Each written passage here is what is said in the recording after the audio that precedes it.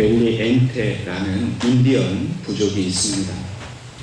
이 사람들에게 복음이 전파되고 이들이 예배를 드리면서 하나님 앞에 엎드려 예배 드릴 때마다 이들은 이런 마음으로 예배를 드린다고 합니다. 예배는 하나님 앞에 자기를 베어 넘어뜨리는 것이다 라는 생각을 가지고 예배를 드린다는 것입니다. 이들이 이렇게 말한 것은 그들이 살고 있는 그 숲이 우거진 그 산림 속에서 큰 그 마호가니 나무가 넘어질 때마다 그것을 보고서 예배는 그렇게 고개를 빳빳이 들고 서 있는 우리 인간이 하나님 앞에 완전히 꺾어져서 굴복하는 것이 바로 예배다라는 생각을 그들이 가졌다 하는 것입니다. 또한 멕시코 산중에 사는 이 첸탈이라는 인디언들은 이렇게 말합니다. 예배는 하나님 앞에서 자신을 끝장내는 것이다.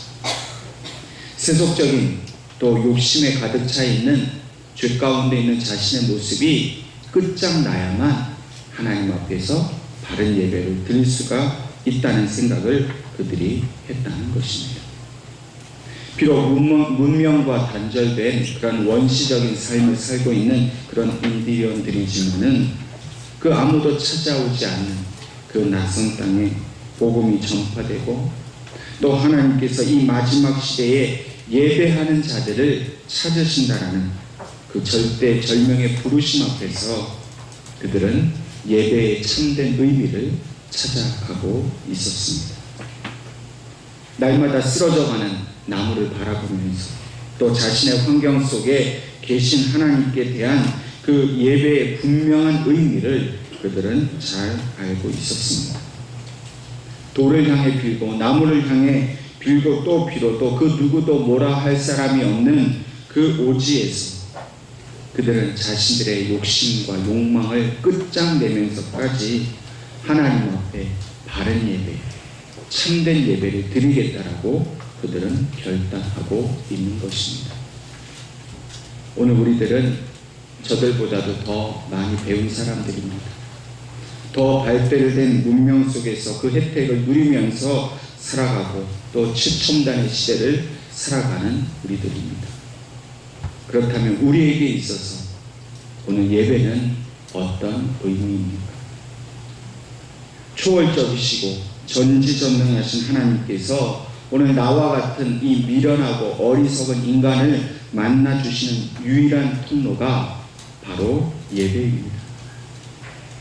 예배를 통하지 않고서는 그 누구도 하나님을 만날 수가 없습니다. 그런데 우리에게는 예배를 드리러 나올 때마다 가지는 기대가 있습니다. 성가대의 은혜로운 찬양을 또 듣기를 원하는 기대가 있습니다. 목사의 은혜로운 설교를 듣고 평안을 얻을 것을 기대합니다. 또 예배를 빠지면 뭔가 큰 죄를 짓는 것 같아서 예배를 빠지지 않으려고 하는 그런 마음이 있습니다. 그런데 그 예배 1시간을 드림으로 내가 할 도리를 했다라는 식의 일종의 만족감을 얻으려는 그런 기대도 있습니다.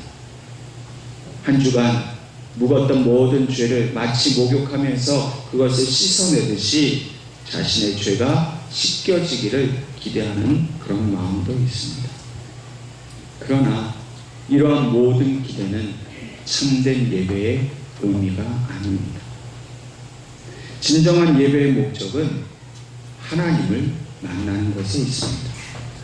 다시 말해서 예배는 하나님 아버지의 임재하심과 그 임재하심 앞에 죄인된 우리가 하나님 앞에 엎드려서 경배 드리는 것이 바로 예배입니다.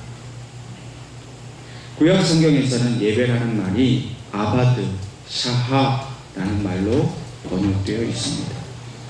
이 말의 공통적인 뜻은 바로 경배하다, 복종하다의 의미를 가지고 있습니다. 또한 신약 성경에서 이 예배라는 말은 프로스퀴네오 혹은 라트레이아 혹은 레이트루기아라는 말로 번역되어 있습니다. 이 말의 뜻 역시도 봉사하다, 섬기다, 복종하다라는 뜻을 가지고 있습니다. 예배를 말하는 여러 가지 그 말들이 있지만은 사실 오늘 우리가 드리는 예배에 가장 가까운 뜻을 가진 말은 영어의 worship이라고 말할 수 있습니다. 이 worship이라는 말은 worthy라는 말과 ship이라는 말의 합성어입니다. 이 worthy는 가치라는 뜻을 가지고 있고 ship은 신분을 말합니다. worship을 예배라고 말할 때는 그 하나님 앞에 우리의 최상의 가치를 돌려드리는 것, 그것을 예배라고 말하는 것입니다. 오늘 하나님께서 우리에게 주신 본문 8절 말씀을 보면 여호와의 이름에 합당한 영광을 그에게 돌릴지어다. 예물을 들고 그의 궁정에 들어갈지어다 말하고 있습니다. 하나님의 이름에 합당한 영광, 그것을 하나님께 마땅히 돌려드리는 것, 그것이 바로 월십입니다. 예배입니다. 왜 그렇습니까? 오늘 시편 기자가 하나님을 찬양하고 있는 것처럼 이 땅에 있는 모든 신이라 말하는 자들은 하나님 앞에 굴복하는 우상에 불과합니다. 하나님은 이 땅 위에서 가장 높으신 분입니다. 그렇기 때문에 가장 그 높으신 분께 우리의 가진 최상의 좋은 것을 드리는 것은 너무나도 당연한 일입니다. 여러분, 대통령을 만나거나 힘 있는 권세자를 만날 때 우리는 어떻게 합니까? 함부로 대하는 사람은 아무도 없습니다. 내가 할 수 있는 최선의 예의와 그 경의를 다해서 그 사람들 앞에 섭니다. 대통령과 이 땅의 권세자들이 하나님과 비교할 수 있겠습니까? 우리가 사람의 권세자 앞에서도 최선의 예의를 갖춘다면 하나님 앞에 마땅히 최고의 것으로 나아드리고 또 최고의 것을 준비하여 그 예의를 다하는 것은 너무나도 당연한 일일 것입니다. 오늘 우리에게 가장 값어치 있는 것을 하나님 앞에 드리는 것이 바로 예배라 말했습니다. 세상 사람들에게 있어 가장 큰 가치는 무엇입니까? 세상 사람들은 돈이 최고의 가치입니다. 그들이 가진 명예가 최고의 가치입니다. 그들이 많이 배운 것, 가지고 있는 학벌, 그런 것들이 최고의 가치입니다. 그런데 오늘 정말 우리가 드려야 할 최고의 좋은 것이, 정말 하나님께서 받기 원하시는 최고의 좋은 것이 물질이나 그런 명예 같은 것이겠습니까? 결코 아닙니다. 아무리 돈이 중요하고 명예가 중요한 것 같지만 사실 우리 인간이 하나님 앞에 드릴 수 있는 최고의 것은 바로 생명입니다. 목숨보다 귀한 것은 아무것도 없습니다. 하나님 앞에 예배 드리는 자가 예배를 드리려고 하면 우리에게 있는 가장 귀한 생명을 다 하듯이 하나님 앞에 예배를 드려야 된다는 겁니다. 우리의 몸과 마음과 목숨까지도 주를 위해서 내가 다 드리겠습니다 하는 그 준비된 마음으로 나아오는 것이 바로 예배라는 것입니다. 생명을 바치듯이 모든 정성을 다하고 뜻을 다하고 하나님 앞에 드리는 그 예배를 하나님은 기뻐하시고 그 예배 가운데에 임재해 주시겠다라고 우리에게 말씀하시는 겁니다.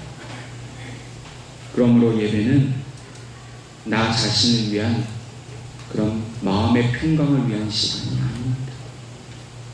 자신을 위한 그 명상의 시간이 아닙니다. 예배는 어떤 공연을 구경하는 것도 아닙니다. 예배는 그저 목사의 설교만 듣는 것으로 끝나지 않습니다. 예배는 전지전능하시고 생명의 주관자이신 하나님께서 예수 그리스도로 말미암아 구속함을 받은 오늘 우리와 같은 하나님의 백성들 가운데에 실제로 임재하시는 사건입니다. 여러분, 오늘 이 시간 하나님께서 우리 가운데 임재하셔서 이 예배를 받으시는 것을 믿으십니까?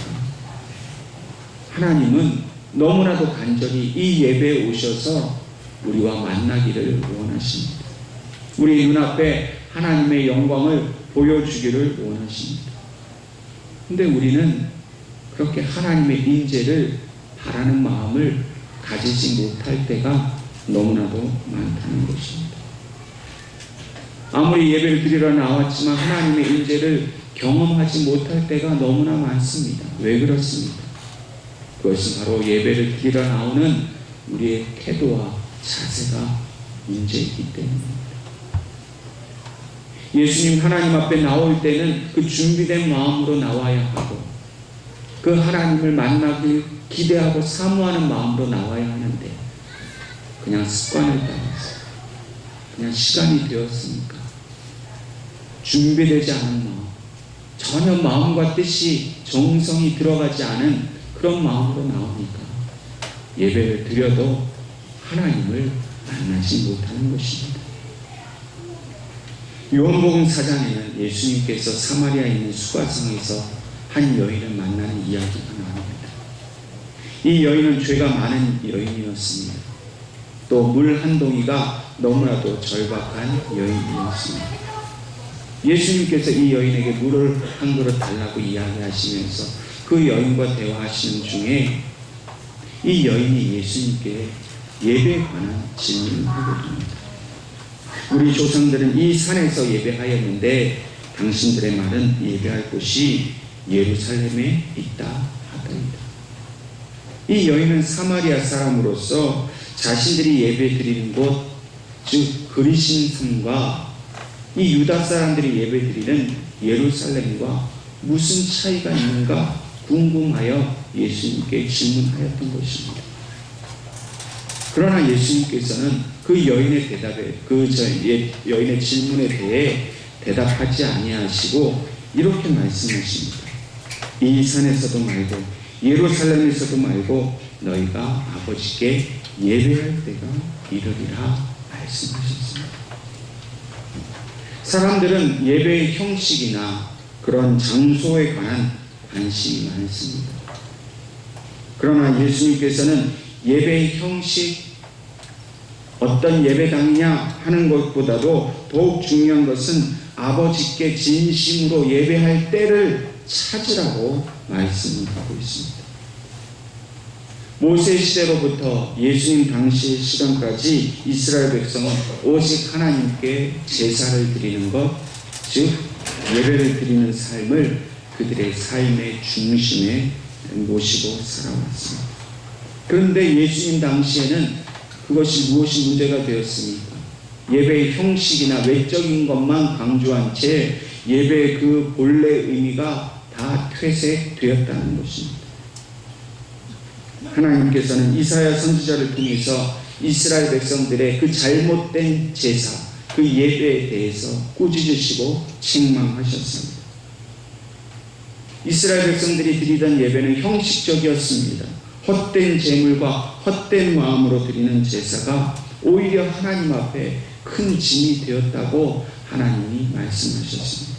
그래서 하나님께서 이스라엘 백성들에게 책망하시기를 더 이상 너희의 그 헛된 제사를 나에게 드리지 말아라 라고 하나님께서 그 예배를 거부하시는 말씀을 하셨습니다. 여러분, 하나님 앞에 정말 바른 마음으로 진정한 마음으로 예배 드리지 않으면 오늘 이사야 선지자를 통해서 이스라엘 백성에게 하셨던 그 책망의 말씀이 오늘 우리에게도 임할 수 있다는 사실을 분명히 기억하시기 바랍니다. 마음과 정성을 담아서 드리지 못하는 그런 찬송, 온전한 헌신과 사랑을 드리지 못하는 그런 헌금, 하나님께서 만약 더 이상 너희의 찬송을 듣지 않고 너희의 헌금을 받지 않으시겠다라고 말한다면 우리는 이 예배 드리는 것이 얼마나 헛된 일이겠습니까? 그렇기 때문에 예수님께서는 오늘 우리에게 예배할 때가 있다라고 말씀하십니다. 이 예배할 때가 있다라는 것은 주일만 되면 습관적으로 예배를 드리는 그런 것이 아니라는 것입니다. 이 때라는 것은 어떤 절기나 시간에 얽매이는 예배가 아니라 성령께서 역사하시는 때를 의미하는 것입니다. 다시 말해서 우리가 예배 드리는 그 시간은 오직 성령께서 다스리는 시간이 되어야 한다는 것입니다. 오늘 우리는 물론 매 주일마다 1부, 2부라는 시간을 정해놓고 예배를 드립니다. 그러나 이 시간은 사람이 정해놓은 시간이 아니라 하나님의 성령께서 다스리시는 시간이라는 사실을 우리는 기억해야 합니다. 다시 말해서 이 시간은 하나님께서 정하신 시간이요, 하나님께서 우리를 부르시는 시간입니다. 우리는 가끔씩 오해를 합니다. 내가 예배를 나오고 싶으면 나오고, 나오고 싶지 않으면 나오지 않아도 된다고 생각합니다. 내 말로, 내 의지로 예배를 나온다고 생각합니다. 그러나 결코 그렇지 않습니다. 하나님께서 오늘 우리에게 복 주시려고 이 주일을 예배의 시간으로 만들어 주셨습니다. 그리고 그 시간을 복되게 하시고 은혜롭게 하시고 또 이 시간에 우리가 안식하게 하심으로 이날만큼은 세상의 모든 염려, 우리의 죄를 잊어버리고 오직 하나님만 만나는 그 축복의 시간이 되게 하시려고 이 예배 시간에 우리를 부르셨다는 사실을 우리는 분명히 기억해야 할 것입니다. 여러분, 내 의지로 내가 나오고 싶어서 예배를 나온 것이 아니라 하나님께서 오늘 우리를 예배 드리러 나올 수 있도록 우리의 모든 여건과 상황을 다 주장하셨다는 사실을 기억해야 합니다. 우리의 의지와 우리의 육신을 움직여 주셔서 이곳에 나와서 하나님을 만나고 하나님이 주신 그 모든 복을 누리게 하시는 하나님의 사랑이 있다는 사실을 기억해야 할 것입니다.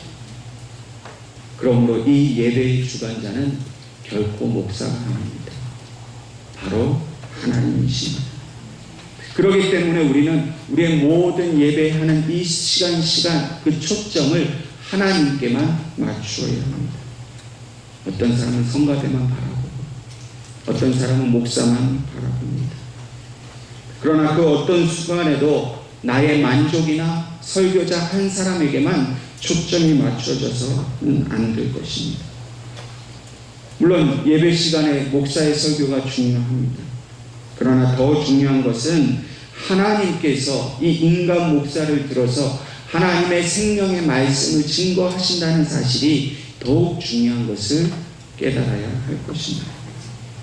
그렇기 때문에 예배는 나의 만족을 위해 드리는 것이 아니라 하나님의 만족을 위해서 우리가 하나님을 기쁘시게 하는 것이 바로 이 예배입니다. 창세기 4장에 보면 가인과 아벨이 각각 자기들이 준비한 제물을 가지고 하나님 앞에 제사를 드리는 장면이 나옵니다. 이때 하나님께서는 아벨의 제사는 기쁘게 받으셨는데 가인의 제사는 받지 않으셨습니다. 그런데 그 가인의 제사를 받지 않으셨을 때의 가인의 그 태도를 보십시오. 가인이 그 얼굴빛이 변하였다라고 성경은 기록합니다. 왜 하나님께서는 아벨의 제사를 기쁘게 받으시고 가인의 제사는 받지 않으셨을까요? 히브리서 11장 4절 말씀에 믿음으로 아벨은 가인보다 더 나은 제사를 하나님께 드림으로 의로운 자라는 증거를 얻었으니라고 말씀하고 있습니다. 여러분, 아벨의 예배는 믿음으로 하나님께 드린 예배였습니다. 그러나 가인은 자기 자신의 만족을 위해서 제사를 드렸습니다. 왜 그가 그의 안색이 변했습니까? 왜 얼굴빛이 변했습니까? 하나님이 받지 않으셨다는 사실 때문에 불만족스러움이 생겼고 또 그가 분노하게 되었습니다. 미움이 일어났습니다. 결국 자기의 동생 아벨을 시기하여서 그를 죽이는 살인죄를 저지르게 되었습니다. 여러분, 예배를 하나님을 위해 드리지 않고 나의 만족을 위해서 예배를 드리면 이와 같은 불상사가 생기게 될 수 있다는 것입니다. 오늘 여러분들은 누구를 위해서 예배를 드립니까? 내가 은혜 받고 내가 좋으면 좋은 예배고 내가 별로 은혜 받지 못하고 내 컨디션이 좋지 않아서 오늘 예배에 집중하지 못하면 그것은 안 좋은 예배입니까? 여러분, 예배는 나의 상태나 나의 어떤 상황과 전혀 상관이 없습니다. 왜냐? 예배는 하나님께 드리는 것이기 때문입니다. 그렇기 때문에 우리는 오늘 이 예배를 통해서 하나님이 정말 이 예배를 받아주실까, 기뻐하실까 하는 그 마음의 초점을 맞추어서 예배를 드려야 합니다. 그렇기 때문에 저와 여러분이 오늘 이 예배를 통해서 나의 만족을, 나의 그 욕망을 버리고 오직 하나님만을 찬양하고, 오늘 시편 기자가 이렇게 우리에게 노래하고 있는 것처럼 여호와 하나님만이 우리의 찬송을 받으실 분이라는 확신을 가지고 아버지 앞에 여러분들의 마음과 정성과 뜻을 다하여 예배를 드릴 수 있기를 간절히 바랍니다. 그러므로 본문 9절 말씀에 시편 기자는 이렇게 다시 촉구합니다.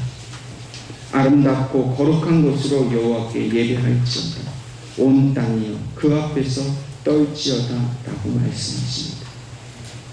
예배를 드리는 사람은 아름다움으로 예배를 드려야 합니다. 거룩함으로 예배를 드려야 합니다. 근데 이 아름다움이라는 것은 겉모양이 아름다운 것을 말하는 것이 아닙니다. 아름다운 옷, 비싼 옷, 좋은 옷을 입고 나와서 예배를 드리라는 말이 아닙니다. 예배당을 아름답게 꾸미고 어떤 우리의 보이는 것을 예쁘게 꾸며서 예배를 드리라는 말이 결코 아닙니다. 이 아름다움은 우리의 심령이 그렇게 아름다운 마음으로 준비되어야 한다는 것입니다. 우리의 마음이 죄로 가득 차 있고 우리의 마음이 미움으로 가득 차 있으면 하나님께서 그 마음을 어떻게 아름답다라고 말씀하실 수 있겠습니까? 또한 우리의 외적인 모습은 반드시 거룩한 모습으로 준비되어야 함을 말씀하고 있습니다. 구약 성경을 보면 제사를 드리게 하신 이 제사장들이 하나님이 제정하신 그 제사장의 옷을 반드시 입게 하셨습니다. 성경에 기록되어 있는 그대로 제사장의 옷을 지어서 입음으로 말미암아 그는 거룩한 하나님의 제사장이 되는 것입니다. 인간의 연약한 그 죄의 모습은 감추고 하나님께 오직 그 예배에만 집중하게 하시려고 하나님은 제사장에게만 그 옷을 입도록 하셨습니다. 구별되었다는 것입니다. 그 어떤 작은 죄도 짓지 않게 하시려고 완전히 하나님 앞에 순결한 모습으로 제사장이 제사에만 집중하도록 하나님이 그 옷을 지어 입으셨습니다. 오늘날 우리 예배 때 우리 찬양대가 가운을 입는 것은 바로 제사장의 옷을 입는 것과 같습니다. 찬양을 잘하고 어떤 노래를 뽐내고 어떤 그것을 자기의 것을 자랑하기 위해서 가운을 입는 것이 아닙니다. 혹은 자기 속에 그 입은 옷을 그 옷매무새를 감추기 위해서 가운을 입는 것이 결코 아닙니다.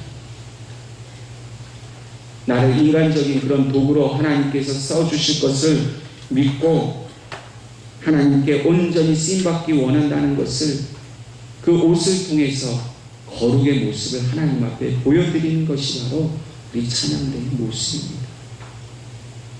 그렇기 때문에 앞에서 찬양하는 분, 찬양대나 찬양팀이나 모든 분들은 내가 거룩한 옷을 입고 하나님 앞에 성결된 예배를 드린다라는 그런 책임감과 더불어서 그런 자부심을 가지고 예배를 드려야 합니다. 구약 성경을 보면 찬양대로 세운 사람은 반드시 레위 자손 중에서 세웠습니다. 여러분, 레위 자손은 어떤 사람들입니까? 하나님 앞에 오직 예배 드리기 위해서 성전을 봉사하기 위해서만 하나님께 택함받은 지파입니다. 이들은 세상에 직업이 없습니다. 기업이 없습니다. 나머지 11지파 형제들이 그 10의 1조를 거두어서 그들을 먹여 살렸습니다. 그렇게 하는 이유가 무엇입니까? 그들은 전혀 세상 일에 관여하지 않고 오직 하나님께 예배하는 일만 감당하라고 하나님이 이 레위 자손을 택하신 겁니다. 그리고 그 중에 찬양하는 자들을 세웠다는 것입니다. 우리가 오해하지 말아야 될 것이 있습니다. 찬양대나 찬양팀은 결코 봉사직이 아닙니다. 찬양하는 일을 맡은 사람은 바로 예배 인도자입니다. 제사장과 같은 그런 마음으로 이 예배를 하나님께 이끌어가는 거룩한 그런 예배 인도자가 바로 찬양대이고 찬양팀입니다. 그렇기 때문에 찬양하는 자는 그 예배를 준비해야 합니다. 부를 곡을 잘 준비해야 합니다. 노래 곡만 준비하는 것이 아니라 예배를 드리러 나올 때 그 마음으로 나는 예배자라고, 예배 인도자라는 그 확신한 그 신앙적 결단을 가지고 나와 찬양해야 합니다. 찬양 인도자는 회중의 찬양을 온전히 이끌어서 하나님 앞에 드리려고 하는 그런 헌신의 마음으로 찬양을 해야 한다는 것입니다. 또한 예배드리는 성도들은 어떻습니까? 옛날 그 성전 제사에서 아무나 그 예배자를 나아갈 수 없었습니다. 이방인들은 이방인의 뜰에 머물러서 그 예배드리는 성소에 결코 나아갈 수 없었습니다. 그런데 오늘 우리는 어떻습니까? 예수 그리스도께서 자기 육체를 찢으시고 그 거룩한 피로 우리를 죄 사함을 주셨기 때문에 이제는 그 성소의 휘장을 찢어서 누구라도 그 예배의 자리에 예배자로 나아갈 수 있도록 우리를 인도해 주셨습니다. 그런데 우리가 마치 이방인의 뜰에 앉아있는 이방인처럼 예배를 구경하는 사람처럼 그렇게 앉아있다라고 하면 우리는 예배를 온전히 드린다라고 말할 수가 없는 것입니다. 우리도 예배자입니다.